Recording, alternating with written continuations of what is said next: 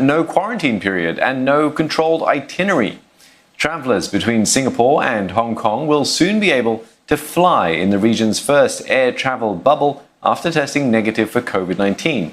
Singapore's Transport Minister Ong Ye Kung says the move is a step towards reviving air travel, as both cities will allow both leisure and business travellers to fly. A start date is yet to be finalised. Deborah Wong reports. Leisure air travel will soon be possible, with Singapore kicking off official talks for an air travel bubble arrangement with Hong Kong.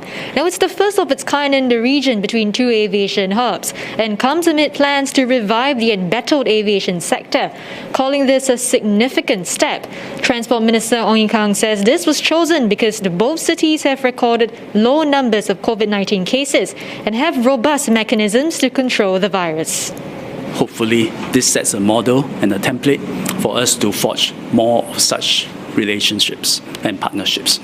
We both know that the aviation hub concerns the entire economy, not just the aviation industry, so hundreds and thousands of jobs are at stake. Those travelling under the bubble will be required to board only dedicated flights to prevent mixing with others. Travellers, including non-residents, will be eligible to travel on both sides if they have resided in either city for 14 days prior to departure. Mr. Ong says this does not include foreign workers living in Singapore dormitories for now, but it will be reviewed when things stabilise. The International Air Transport Association says replacing quarantine measures with testing will help restore connectivity and confidence, and it urged other Asian cities to take a similar approach.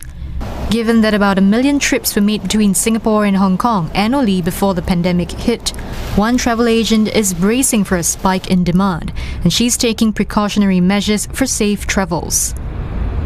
So we will be working very closely with tourism associations such as Hong Kong Tourism Board to produce webinars with reopening advice for local attractions such as Hong Kong Disneyland.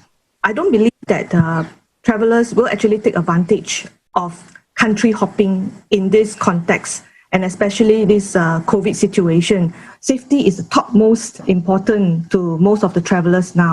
While the arrangement is a step towards normalcy, both cities stressed that public safety is still important. It is also premised on a situation where both sides feel comfortable with the epidemic situation, particularly its containment on the other side. So these are all factors that we are considering, and will also be kept under review. Sort of an arrangement could be adjusted in the light of situation. We probably have to agree to a certain incidence rate that both sides' health officials are comfortable with, that we reach a certain stage, because second wave is a possibility, and Hong Kong in fact suffered the second wave, but they very successfully suppressed it. So should something like that happen, the agreement must have an ability to scale back at very short notice. Details such as a travel quota will be discussed. Mr. Ong says both sides will also have the ability to introduce their own safety measures.